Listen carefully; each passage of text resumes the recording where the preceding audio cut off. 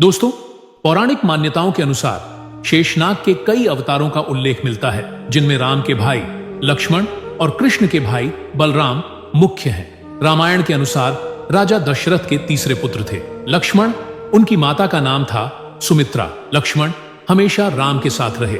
लक्ष्मण विश्वामित्र के यज्ञ की रक्षा के लिए राम के साथ थे और वनवास में भी उनके साथ रहे थे। उनकी भक्ति ऐसी थी कि उन्होंने अपनी पत्नी को अपने साथ जंगल में ले जाने से मना कर दिया। वहीं लक्ष्मण ने 14 साल तक सोने से भी इनकार कर दिया ताकि वह दिन रात अपने भाई की सेवा कर सके। लक्ष्मण के लिए राम ही माता पिता गुरु भाई सब कुछ थे और उनकी आज्ञा का पालन ही इनका मुख्य धर्म था। वे उनके साथ सदा छाया की तरह रहते थे। भगवान श्री राम के प्रति किसी के भी अपमान सूचक शब्द को लक्ष्मण कभी बर्दाश्त नहीं करते थे। वास्तव में लक्ष्मण का वनवास राम के वनवास से भी अधिक महान था। 14 वर्ष पत्नी से दूर रहकर उन्होंने केवल राम की सेवा को ही अपने जीवन का उद्देश्य बनाया। रामायण के अभी इतने रहस्य अनजाने हैं जिसकी कल्पना करना भी हमारे लिए मुश्किल होता है। रामायण एक अथाह सागर की भांति है जिसमें डुबकी लगाने पर भी इसकी गहराई का अंदाजा नहीं लगाया जा सकता। रामायण की घटनाओं का अलग अलग तरीके से व्याख्यान किया गया है। रामायण के कुछ विशेष पात्रों अथवा चरित्रों की बात तो सभी करते हैं, लेकिन एक ऐसा भी पात्र है जिसकी चर्चा शायद ही कहीं मिलती है। आज हम बात कर रहे हैं लक्ष्मण की पत्नी देवी उर्मिला की। रामायण में देवी उर्मिला एक साधारण महत्व की तरह अंकित की गई है, जबकि सत्य यह है कि उर्मिला का त्याग और समर्पण अतुलनीय अर्थात अनमोल था। वाल्मीकि रामायण के अनुसार उर्मिला जनक नंदिनी सीता की छोटी बहन थी और सीता के विवाह के समय ही दशरथ और सुमित्रा के पुत्र लक्ष्मण को ब्याही गई थी। जब राम और सीता के साथ लक्ष्मण भी वनवास को जाने लगे, तब पत्नी उर्मिला ने भी उनके साथ जाने की जिद की।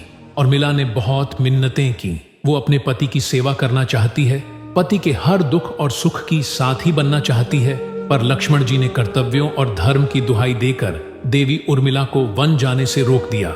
लक्ष्मण ने उन्हें यह कहकर मना कर दिया कि अयोध्या के राजा को और माताओं को उनकी आवश्यकता है। उर्मिला के लिए यह बहुत कठिन समय था। ऐसे में जबकि वहां नववधू थी और उसके दाम्पत्य जीवन की तो अभी शुरुआत ही हुई थी। लक्ष्मण के वनवास जाने के बाद उर्मिला के पिता अयोध्या आए और उर्मिला को मिथिला चलने का अनुरोध करने लगे ताकि मां और सखियों के सानिध्य में और महिला का पति वियोग का दुख कुछ कम हो सके। परंतु उर्मिला ने अपने मायके मिथिला जाने से इनकार करते हुए कहा कि पति की आज्ञा अनुसार पति के परिजनों के साथ रहना और दुख में उनका साथ न छोड़ना ही अब उसका धर्म है।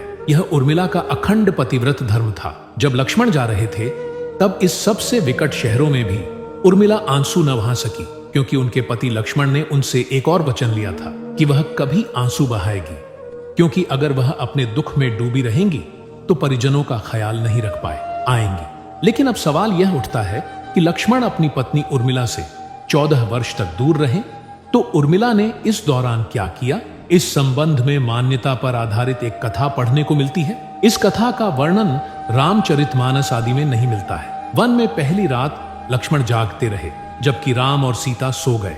तब भी नींद की देवी निद्रा उनके पास पहुंची। उन्होंने देवी से 14 साल के लिए अकेला छोड़ने की भीख मांगी ताकि वह रात दिन अपने भाई और भाभी की रखवाली कर सके। देवी उनकी भक्ति से प्रभावित होकर सहमत हो गए, लेकिन प्रकृति के नियम की मांग थी कि लक्ष्मण के हिस्से की नींद का बोझ कोई और उठाए। लक्ष्मण ने कहा कि मेरी पत्नी उर्मिला के पास जाओ और उसे इस स्थिति से अवगत कराओ। देवी निद्रा उर्मिला के पास गई।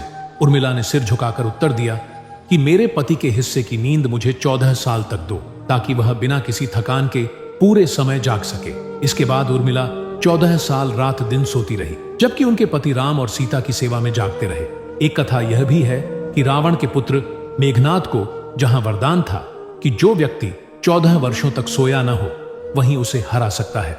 हालांकि लक्ष्मण अपने भाई श्री राम और भाभी सीता की सुरक्षा और सेवा में इतने लगे रहे कि वे 14 वर्ष तक सो ही नहीं पाए। कथा अनुसार उनके बदले उर्मिला 14 वर्ष तक सोती रही। यह कोई कल्पना कर सकता है कि अपने पति को 14 वर्षों के लिए अपने से दूर जाने देना और उसकी विदाई पर आंसू भी न बहाना किसी नवविवाहिता के लिए कितना कष्टकारी हो सकता है। कितना हृदय विदारक पल था।